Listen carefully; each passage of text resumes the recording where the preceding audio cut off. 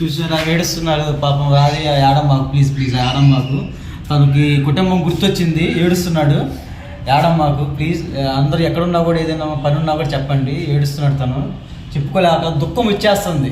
తన యొక్క బాధను తన యొక్క బిడ్డల గురించి చెప్పుకొని ఇలా చేస్తుంటే పని దుఃఖం వచ్చేస్తుంది. తను సపోర్ట్ చేయండి. హైదరాబాద్ సురారులో ఉంటాడు. ఏడుస్తుంటే బాధ అనిపిస్తుంది, మాకే బాధ అనిపిస్తుంది. ఆపుకోలేకపోతున్నాడు, చాలా బాధ అనిపిస్తుంది. హాయ్, గుడ్ మార్నింగ్ అండి అందరికీ. నమస్తే. మా రాజయ్య పనివాడు చక్కగా తను ఏది చేసినా కూడా బాగా చేస్తాడు, చక్కగా చేస్తాడు. ఎవరికి సంబంధం దగ్గర నుండి చేయించుకోవడం అవసరం లేదు, నమ్మకంగా చేస్తాడు. ఇతను వచ్చేసి హైదరాబాద్ సూరన్ కుతుబుల్లాపూర్లో ఉంటాడు. ఏడుస్తున్నాడు చూడండి.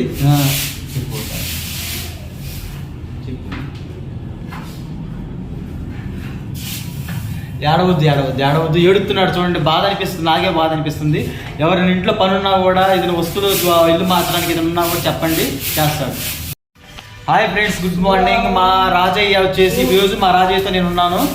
మన పని అబ్బాయి చాలా బాగా చేస్తాడు, చాలా ఎక్సలెంట్గా చేస్తాడు, నమ్మకంగా చేస్తాడు. ఒకసారి రాజయ్యతో మనం ఇంట్రొడక్షన్ చేద్దాము. రాజయ్య ఎక్కడ ఉంటాడు ఏంటి అనేది చూడండి, మీకు అన్ని వివరంగా ఒకసారి వినండి. చెప్పు రాజయ్య నీ గురించి. నేను సూరారం ఉంటా సార్. నేను వచ్చి 5-6 సంవత్సరాలు అవుతుంది.